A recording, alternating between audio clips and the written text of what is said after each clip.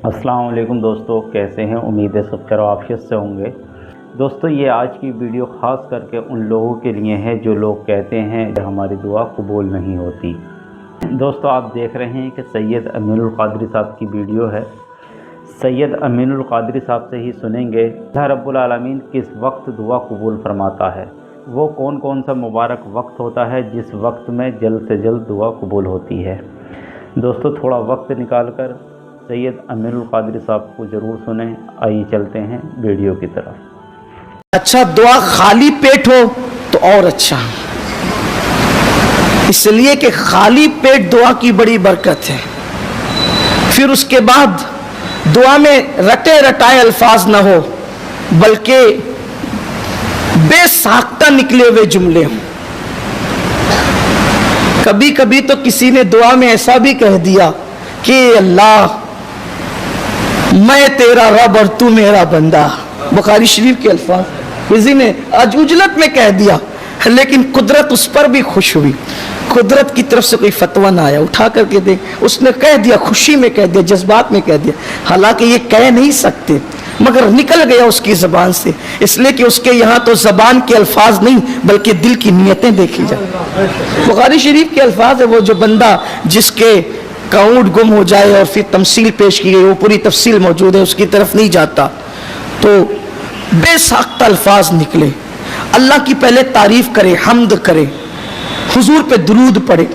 इमामुल मुतकल्लिमीन मौलाना नकी अली खान अलैहि रहमा अहसनुल विआ में लिखते हैं कि दुआ परिंदा है और दुरूद उसके पर है। वही परिंदा उड़ता है जिसके पर होते हैं, तो वही दुआ कबूल होती है जिसके आगे और पीछे दुरूद पढ़ा जाता है। इसलिए दुरूद से शुरू करो, दुरूद पे खत्म करो।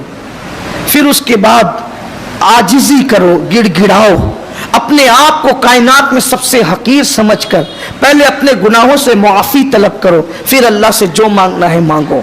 और दुआ में रब्बना आतिना फिद दुनिया हसना व फिल आखिरति हसना व क़िना अज़ाबन्नार, ये ज़रूर पढ़ लिया करो, इसलिए कि जो इसको एक बार पढ़ ले अल्लाह उसकी मग़फ़िरत फरमा देता है। इस आयत करीमा की बड़ी बरकत है, ये जामे दुआ भी है और ये मग़फ़िरत का नुस्खा भी है।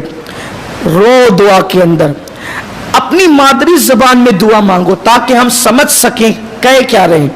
अरबी में याद कर ली, बहुत दुआएं याद है, पता ही नहीं है कि मांगना क्या चाहता है, खुद ही को पता नहीं कि मैं कह क्या रहा हूं।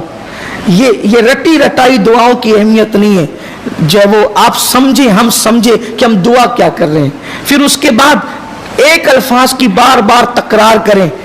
किसी बुजुर्ग ने कहा था कि दुआ मांगो तो बच्चों की तरह मांगो, दुआ मांगो तो बच्चों की तरह मांगो। जैसे बच्चा माँ से मांगता है तो पूरे हक और यकीन से मांगता है, उसको यकीन होता है कि ये देगी, इसलिए जिद भी करता है। तो हम अपने अल्लाह से ना करें तो किससे करें? उसके यहाँ ना गिड़गिड़ाए तो किसके यहाँ गिड़गिड़ाए? उसके यहाँ ना कहे अर्जिया ना दे तो किसके यहाँ दे? और बड़ी बात तो यह है, औरों के पास बार बार मांगो तो उसको बुरा लगता है, और अल्लाह कहते हैं जो मुझसे मांगना छोड़ दे मैं उससे नाराज हो जाता हूं। जब बंदा मुझसे ज्यादा मांगता है तो मैं उससे खुश रहता हूं, इसलिए कि उसके यहाँ अता ही के लिए खजाने हैं। और फिर दुआ में वक्त का भी लिहाज करो। बाज़ औकात ऐसे, मोमिन की तो हर वक्त तो दुआ कबूल है, लेकिन बाज़ औकात ऐसे कि दुआ जल्दी कबूल होती है। जैसे सुबह सादिक के वक्त, जब फज्र के वक्त का आगाज होने वाला होता है, दुआ जल्दी कबूल होती है। रात के आखिरी हिस्से में जब इशा का वक्त एंड होता है, उस वक्त दुआ जल्दी कबूल होती है। फिर उसके बाद फज्र की नमाज के बाद, ज़ोहर की नमाज, पांचों नमाजों के बाद दुआ जल्दी कबूल होती है। अजान और जमात के दरमियान शेख अबू तालिब मक्की ने लिखा कि शबे कद्र में दुआ जितनी जल्दी कबूल होती है, वही वक्त अजान और जमात के दरमियान कबूलियत का होता है। यानी शबे कद्र की जो अहमियत है, वही अहमियत अजान और जमात के वक्त दुआ मांगने की है। फिर फरमाया, जब खतीब मिंबर पर जाए जुमा के दिन, उस वक्त की दुआ भी जल्दी कबूल होती है। दोनों खुतबों के दरमियान दुआ जल्दी कबूल होती है। افطار کے وقت دعا جلدی قبول ہوتی ہے، سحری کے وقت دعا جلدی قبول ہوتی ہے، جہاں مومنین کا مجمع عام ہو دعا جلدی قبول ہوتی ہے، جب قرآن مقدس ختم ہو دعا جلدی قبول ہوتی ہے، ختم قرآن کے وقت بخاری شریف کا ختم ہو دعا جلدی قبول ہوتی ہے، ختم بخاری شریف کے وقت بھی دعا، مومن کی دعا ہر وقت قبول ہے، لیکن ختم قرآن کے وقت بھی، ختم بخاری کے وقت بھی۔ دوستو سب نے سید امین القادری صاحب کو اچھے سے سنا، ماشاءاللہ سب لوگ اچھے سے سمجھ گئے ہوں گے۔ سید امین القادری صاحب نے سارے وقت بتلائے کس وقت اللہ رب العالمین جلد دعا قبول فرماتا ہے۔ دوستو آپ سب لوگ سید امین القادری صاحب کی تقریر پر عمل کریں، انشاءاللہ آپ کی قسمت سنور جائے گی اور آپ کا ہر بگڑا ہوا کام بن جائے گا۔